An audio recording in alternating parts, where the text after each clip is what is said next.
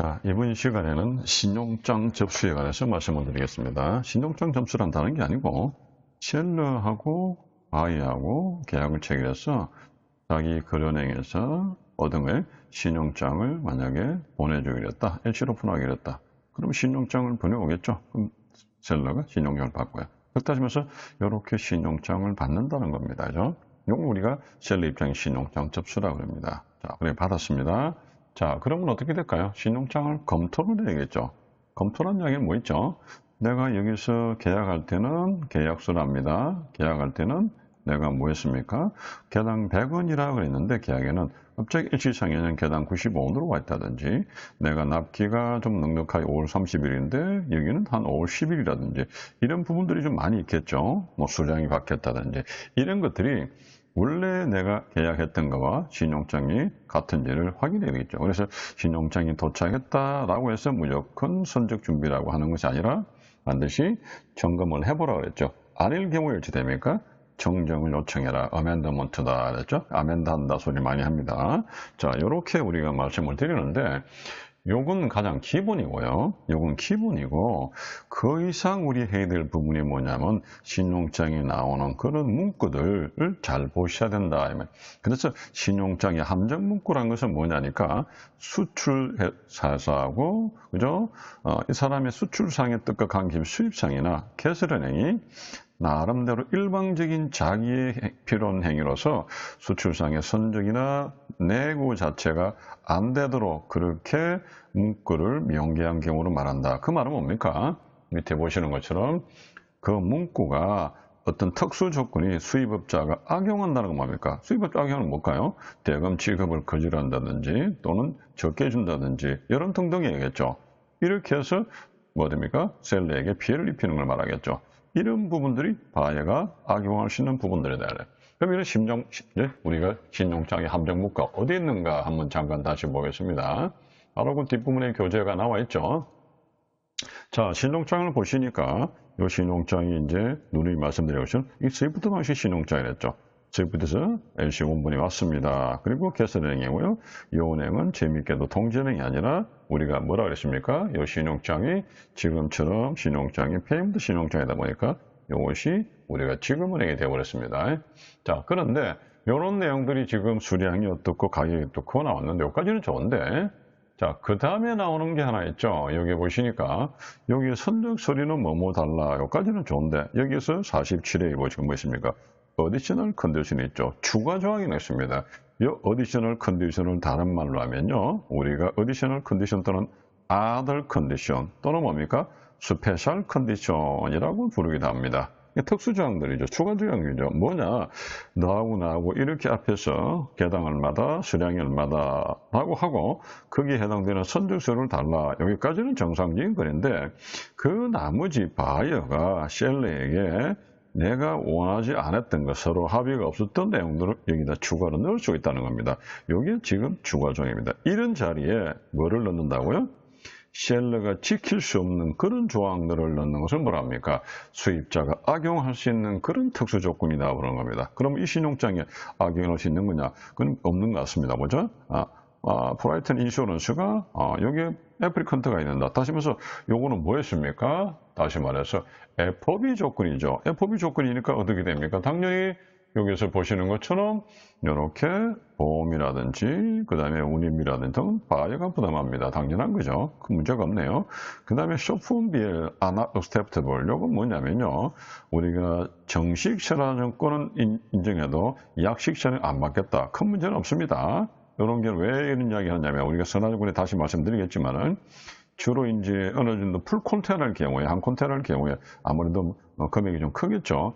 이런 경우에 만약에 하자가 생겨서 클레임을 칠 때 선사를 통해서 운송이 잘못된 게 선사의 책임이라든지 그럴 때 뭐라 할까요? 뒤에 약관이 빽빽하게 나와 있는 거. 이게 불품 비엘입니다. 정식 신화증권에. 근데 약식신화는 뭐냐? 뒤에 약관이 없습니다. 백지입니다.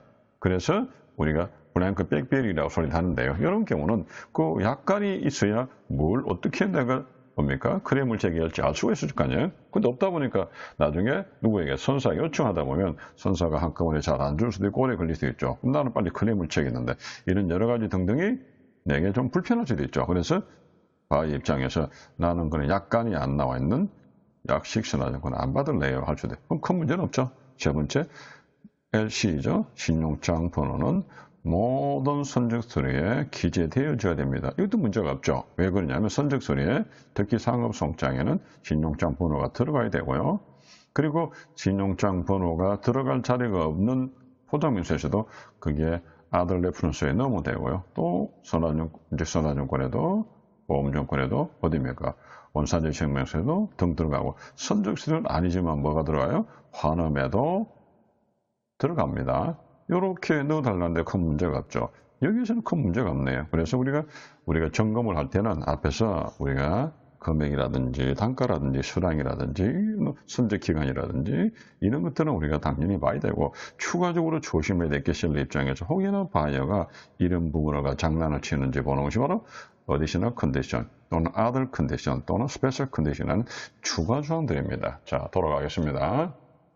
그런 추가 조항들이 크게 보면은 제가 요거 하나, 그 다음에 요거 하나, 요 세 가지를 종류를 한번 보겠습니다. 자, 이거는 뭐냐면요. 인보이스 금액의 80%는 available at site로 일람불로 이 신용장 들고 가셔서 선적서류 제시하면요. 그 뭡니까? 인보이스 밸류라는 것은 신용장 금액이나 보시면 됩니다. 요 상업송장의 금액, 저 신용장의 금액은 80%는 이게 사이트를 일람불로 바로 취급할게요. 여기까지 좋았어요. 그럼 나머지 20% 뭡니까? 드림마인드죠. 나머지 20%는 어떻게 한다고요? 나머지 20%입니까?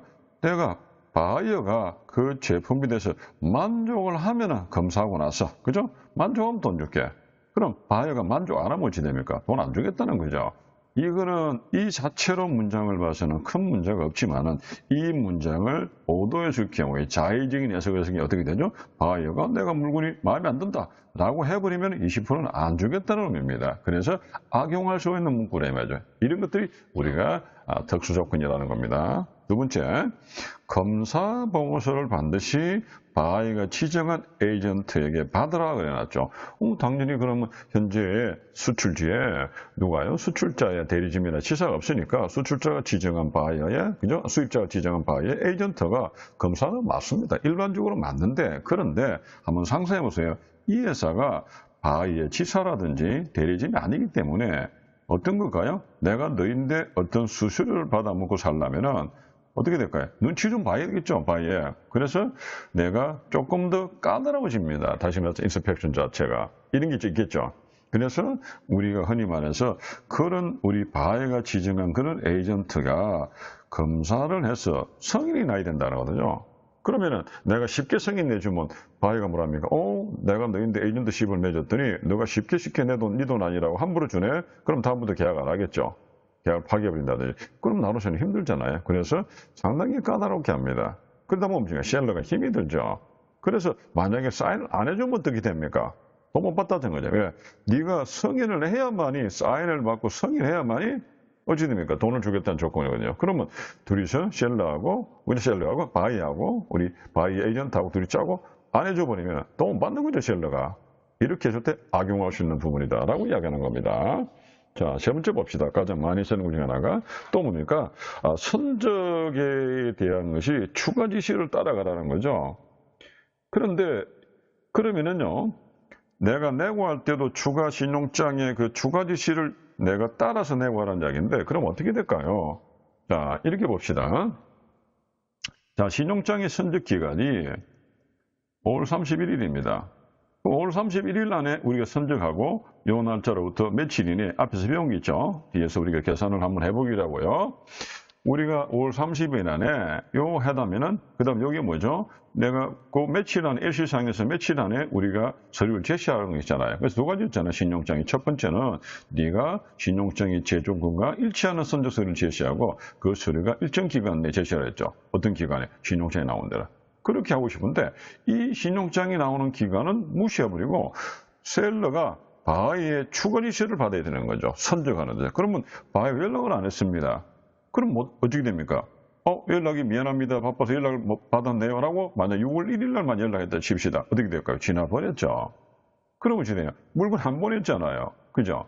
그러면 나중에 물건을 뒤늦게 내가 보냈다 치더라도 어떻게 될까요? 신용장 조건과 6월 1일은 안 맞죠. 그럼 언페이드 당하는 거예요. 맞습니까? 그러다가 만약에 이 기간이 이제 선적 기간이 더 늦어버렸어요.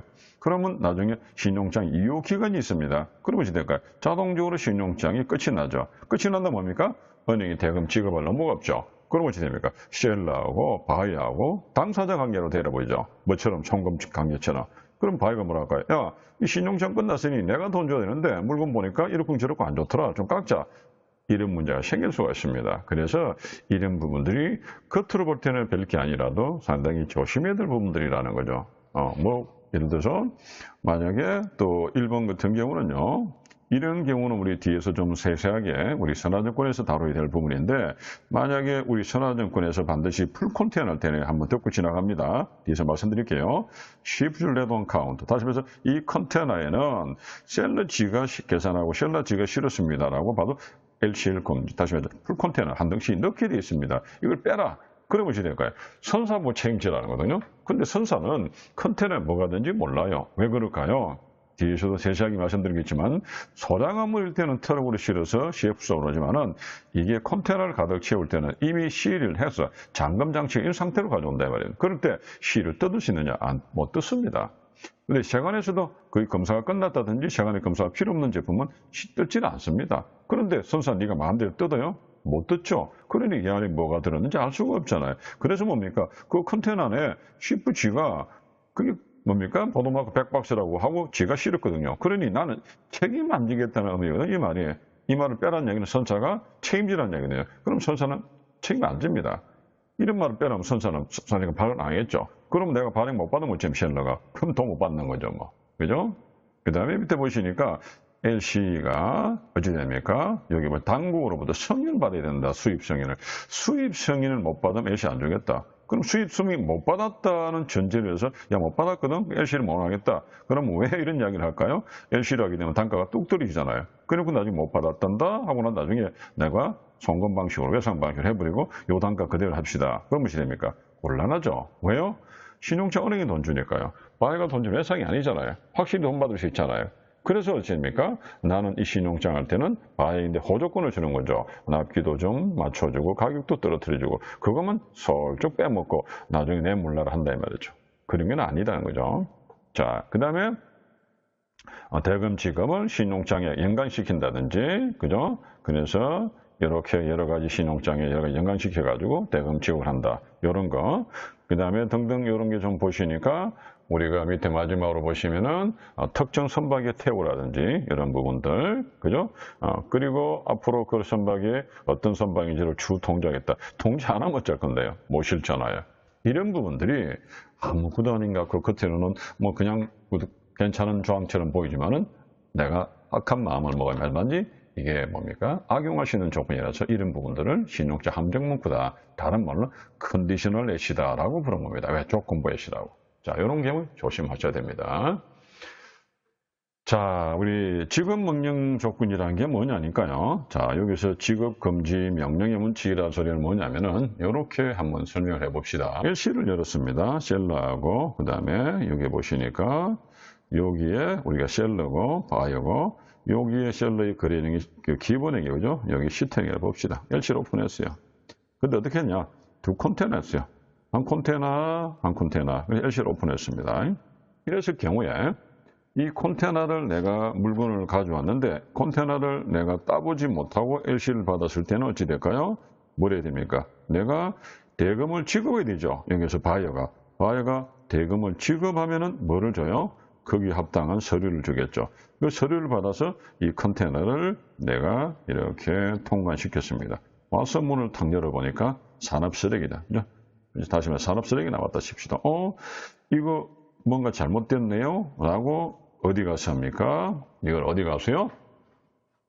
우리 은행 가서, 자, 은행님, 누가요? 어떤 은행? 개선은행이. 지금 한 컨테이너가 제가 전문기관의 검사 보고서를 좀 적어봤거든요. 받아왔는데 보니까 이게 계약하고 엉터리고 이런 건 산업쓰레기랍니다. 그러니 앞으로 올 두 번째 컨테이너에 대해서는 나는 대금 지급 안 하겠습니다. 그러니까 미리 이야기합니다. 주지 마세요. 라고 한다고 줘야 될 거냐?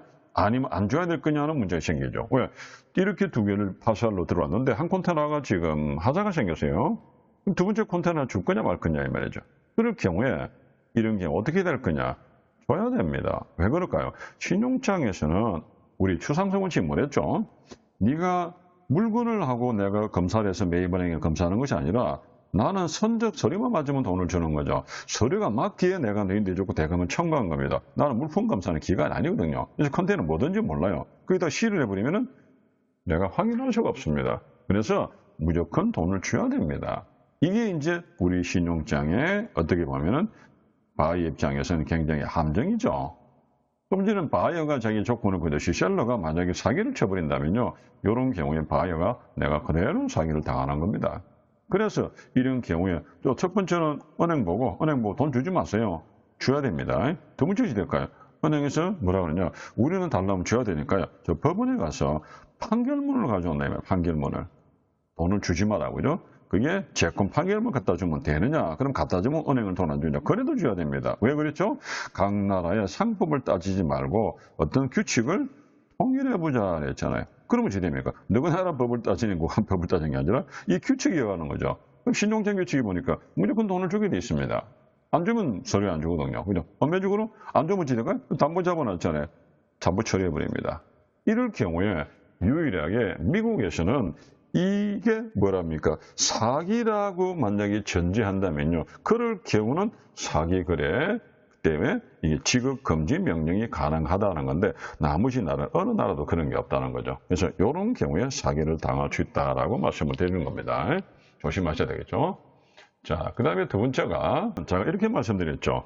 이 신용장에서 그러면 신용장의 선적서류를 제시하는 날짜가 어떻게 되느냐 봅시다. 자, 보실까요? 여기 보시니까 이 기간이 있죠. 이게 며칠이요? 10월 12일입니다. 자, 잘 보셔야 돼요.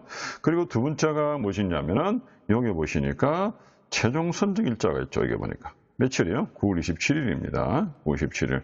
자, 그러면 여기다가 10월 우리가 적읍시다. 10월 12일하고 9월 27일하고 그 다음에 보시니까 뭐라고 적어놨습니까? 선적서류 언제까지 하라고요? 제시 날짜가 14일 이내에 애프터죠. 자, 요거를 우리가 한번 자, 우리 내고 날짜를 계산해야 되거든요. 내고 일자. 다시 말해서 언제 내고 할 것인가라는 것을 내고 날짜를 계산해야 됩니다. 내고 일자를. 그럼 며칠부터 며칠 사이에 가서 우리가 은행 가서 내고 일자, 내고를 할 것인가. 잘못하면 미리 가도 안 줄 테고 늦게 가도 안 주겠죠. 요 계산은 우리 실무자 하셔야 되겠죠. 첫 번째 신용장에서 뭐를 봐야 되냐 신용장인데 첫 번째 뭡니까? 유효기간 expiry date. 아까 며칠이었습니까? 10월 10일이었죠. 두 번째, 선적기간, shipping date죠. 며칠이었습니까? 아까 늦어도 9월 27일까지였죠. 세 번째, 우리가 prudential date. 다시 말해서 우리가 뭡니까? 서류 제시기간이었죠. 며칠이었습니까? 14일이었죠. 14 days. 그죠? 자, 씁시다. after, 10month입니다. 자, after 10month라는 건 선적하고 나서 14일 이내입니다. 요 세 가지 가지고 우리가 날짜 계산을 하셔야겠죠. 자, 그러면은 우리가 계산합시다. 9월 27일 날 선적했네. 요것만 본다면요. 다시 말해서 우리가 지금 현재 선화증권이 없으니까 요것만 가지고 계산하겠습니다. 그럼 첫 번째 9월 27일 날 선적했으니까 뭐가 됩니까? 선적날이 9월 27일이라면서요. 그죠? 요거 애프터 앞에 배웠죠? 애프터 포함해 하네요? 안 하죠? 그러면 선적 날짜 이후니까 9월 28일이죠. 따라왔나요? 자, 요거, 그래서 우리가 이런 것들을, 머리에서 풀암이나, 그죠? 이런 것들도 우리 조심하셔야 됩니다. 자, 그래서 애프터는 당일 날짜를 포함 안 하니까, 당일인 9월 27일 빼서 9월 28일부터, 그럼 14일이죠? 그럼 9월 28일, 9월 29일, 9월 30일. 작은 달이잖아요? 그리고 10월 1일부터 며칠까지? 13일이니까 쭉 하니까 10월 11일까지. 그러면 9월 28일부터 10월 11일까지 내고를 하면 되는 겁니다. 그러면 빠르게 하면 몇 날이고 늦게 하면 몇 날이죠. 근데 이게 뭐보다 작아야 된다고? 이 기간을 넘으면 안 된다는 거죠. 10월 12일. 그래서 네가 10월 12일이 최종입니다. 각 하나 요거보다 작아야 된다는 거죠. 그래서 내고 날짜는 9월 28일부터 10월 12일 사이다 이 말이죠. 자, 우리 하나만, 이거는 첫 번째고, 자, 두 번째 조건에 하나만 더 갑시다. 만약에 이것처럼 선적 서류 제시기간이, 만약에 안 적혀 있다, 어떻게 할 거냐. 그러면은 신용장에서 뭐라 하냐. 늦어도 21일 이내에, 그죠? 선적하고 21일 내내 제시하십시오. 했거든요. 요런 기한이 며칠이 없다면요. 그럼 어떻게 될까요? 이렇게 보시니까 아까처럼 며칠입니까? 선정하고 나서니까 9월 28일부터 며칠이에요? 쭉 29일, 30일 해놓고 나서 10월, 자, 3일이니까 21일 빼면 어찌 되죠? 18일이죠. 10월 1일부터 10월 18일까지 가는 게 맞죠? 맞죠? 그러면 3일에 18일, 21일이잖아. 이렇게 가면 좋은데, 뭐보다 커졌어요? 10월 12일보다 커졌죠? 그럼 안 되죠. 그러면 이 최종 기간은 늦어도 10월 12일이 됩니다. 요거 차이는 뭐죠? 이 11일이고, 요건 10일이 되죠. 왜? 9 이상 넘어가면 안 되죠. 21일 가고 싶어도 요 기간 지나버리면 안 되잖아요. 그죠? 요까지 따라오셨나요? 자, 이런 부분들을 우리가 상상을 해주셔야 되고, 세 번째 하나만 더 갑시다. 여기서 우리가 선정 날짜가 없다면요, 9월 27일을 보지만, 만약에 이 날짜인데 9월 26일 날 내가 만약에 선정을 했다고 전제합시다. 그러면 어찌 됩니까? 선정 날 9월 26일이니까 9월 27일부터죠. 그럼 27일, 28일, 29일, 그죠? 30일, 4일하고 4일이니까 10월 1일부터 10월 10일까지죠. 요거 감 잡겠나요? 9월 27일부터 10월 10일까지가 여기 선정 내고 기한이라는 거. 자, 이렇게 말씀드렸습니다. 추가로 이렇게 좀 더 들어가서 우리가 시간 예상 좀 줄이겠습니다. 이런 것들을 우리가 계산을 할 줄 알아야 된다는 겁니다. 이제 신용장의 조건 변경이라는 건 아까 말씀드린 것처럼 어떤 거 이야기했습니까? 내가 아까 보니까 뭐 신용장이 받았는데 이제 아멘다는 거죠. 했는데 뭐 우리가 뭐가 나왔죠? 이렇게 신용장이 단가가 이렇게 차이가 나고 그 다음에 합계가 차이 나죠. 그리고 이제 그렇게 해서 내가 이렇게 연장을 했을 경우에 여러분들이 이제 선적 뭐 이렇게 할 때 여기에서 우리가 꼭 조심해야 될 게 하나 있습니다. 어떤 게 조심해야 되냐? 보통 아멘드를 하라 그러면요. 여러분들이 주로 그냥 숫자만 이렇게 뭐 단가라든지 합계라든지 이런 숫자만 아멘드를 많이 하시거든요. 그런데 그러다 보니까 나가 또 뭐가 있습니까? 요게 우리가 선적에 관한 이야기가 만약에 또 이걸 이렇게 그려보겠습니다. 우리가 칠판에 내가 LC를 이렇게 아멘드를 내가 합니다. 정정을 하는데 우리가 첫 번째 뭐 이제 단가가 조정되면 자동적으로 합계는 커지겠죠. 단가가 원래는 100원인데 90원 되시니까 90원이니까 어디입니까? 95,000불이 되죠. 그럼 100원이면 10만 불 되겠죠. 당연히 합계가 올라가겠죠. 단가하고. 그 다음에 하면서 또 우리가 예를 들어서 선적 기간이 만약에 왜냐면 5월 31일이었는데 이놈이 어찌 됩니까? 5월 10일 됐어. 다시 5월 30일 올려야 되겠죠. 이렇게 올리는 것만 여러분이 관심을 두고 계십니다. 여기에서 하나 빠졌다는 것을 간과해서는 안 되는 부분이 하나 있죠. 이렇게 만약에 전성이 올랐을 경우는요. 뭐를 해야 될까요? 신용장의 유효기간도 연장을 하셔야 됩니다. 다시면서 선적기간이 ST가 만약에 이렇게 바뀐다면요. 이게 연장이 안 되면은 선적기간은 연장되는데 유효기간이 지나는 바람에 선적을 못하는 경우가 있습니다. 그래서 이렇게 단가라든지 합계 정도로 바꾸는 건 몰라도 특히나 선적기간이 이렇게 변경될 때는 반드시 유효기간도 함께 변경이 되어야 한다는 거 꼭 유념하시기 바랍니다. 자, 여기까지 해서입니다. 자, 그러면은 여기까지 좀 보셨고요. 두 번째가 우리가 LG다 하고 TR이라는 게 있습니다. LG는 뭐고 TR은 뭐냐? 일어났죠. LG는 수입화물 선취 보증서라 그래서 레트로버 개런티라서 앞에 이니셜만 따서 LG라 부른다. 그럼 LG는 뭐냐 그러니까 내가 오리지널 비엘이 아직 안 왔는데 이거를 없어도 사본 가지고 물건을 찾는 건데 그러면 일종의 뭐가 되냐? 은행하고 그 다음에 누구죠? 수입자의 두 사람이 연대 보증하는 거나 마찬가지다라고 했습니다. 자, 그러면 이거를 우리가 그림으로 좀 다시 어떤 때 많이 생기느냐니까 예를 들어서 한번 봅시다. 여기가 우리나라예요. 자, 우리나라에서 가장 가까운 지역이 일본하고 그 다음에 대만, 홍콩, 그죠? 중국 이 네 나라죠. 네 나라에서 물건이 들어오면 얼마나 걸릴까요? 자, 봅시다. 선적이 만약에 된다면 며칠 걸릴까요? 길이 하루 안에 들어오겠죠. 그죠? 그런데 문제는 서류가 들어야 되잖아요. 다시 말해서 물품은 들어왔어요.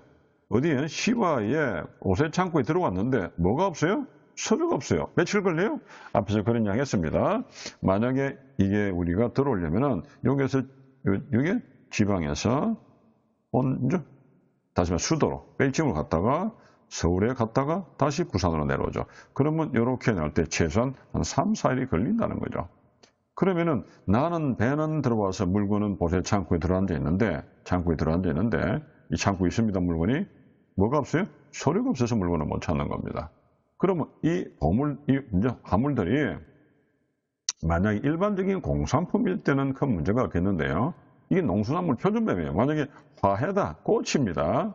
어찌 될까요? 꽃봉오리가 적당히 열린 놈이 요걸 가져와서 내가 며칠 지났을 때 약간 꽃이 피고 나중에는 만개해야 되잖아요. 소비자 손에 갈 때는. 근데 이게 며칠 동안 창고에 묶여 있으니까 아예 만개한 상태로 소비자 가겠죠. 할 때쯤 된다 시들어 버립니다. 또는 어떻게 됩니까? 여기에 생선을 가져왔는데 생선 이놈이 오는 동안에 서류가 없이 계속 잡혀 있겠죠. 그러다 보니까 안에서 폐사하는 경우도 생기겠죠. 어쨌든 간에 이런 농수산물, 축산물 표준매매일 때 이런 경우에 내가 서류가 없으면 물건 못 찾아 굉장히 낭패를 당하겠죠. 수입자 입장에서. 그럴 때 뭡니까? 은행을 찾아가죠. 은행님, 우리 수입자가 누가 은행이 수입자가 은행을 찾아. 왜요? 수입자 네가 네 거래은행에 LC를 오픈했으니까요. 자, 내가 수입자인데 은행님 당신이 LC 오픈했잖아요. 요 LC가 선적 서류가 들어오면 돈을 주는데 가까운 이런 지역이다 보니까 물건은 먼저 들어오고 서류는 안 들어왔거든요. 그러니 이럴 때 이 서류를 가지고 물건을 찾는 게 없어서 못 찾으니까요. 자, 수입화물이 봅시다. 수입화물이 들어왔거든요. 맞죠? 들어왔잖아요. 이거를 서류에서 못 찾는 게 미리 앞서서 선취할 수 있도록 찾을 수 있도록 은행님이 보정 좀 해줄랍니까? 이게 선취 보정서랍니다. 이걸 뭐라죠?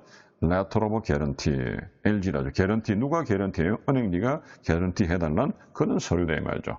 이게 우리가 주면은 어찌 됩니까? 누가 이 서류를 주면은 내가 보정을 쓴 거죠. 누가 은행도 보정하고 또 뭡니까? 수입자도 보정하고 연대 보정이죠. 그래서 이 둘이가 보정을 썼으니까 나중에 어차피 서류는 들어올 거 아니야. 물건 들어왔으니까. 그럼 며칠 차이지만 미리 내준다는 거죠. 내주고 물건을 내주는 겁니다. 내줄 때 책임에 대한 문제가 만약에 서류가 안 들어온다든지 문제가 생기면 누구를 은행을 상대로 그죠? 책임 전가하고 또 수입자를 상대로 책임 전가하면 되겠죠.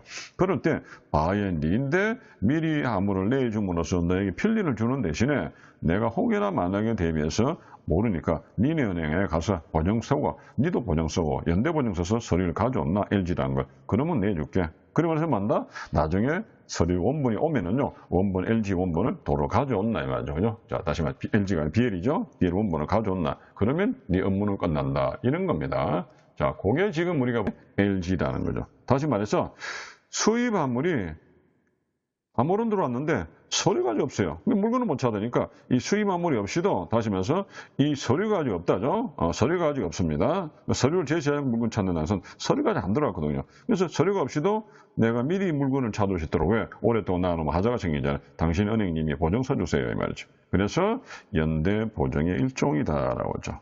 그죠? 바로 이겁니다. 그런데 이 LG는 그러면 LC에서만 합니까? 아니죠. 주식 거래소도 가능합니다. 이게 무슨 이야기를 할까요? 배운 게 있네.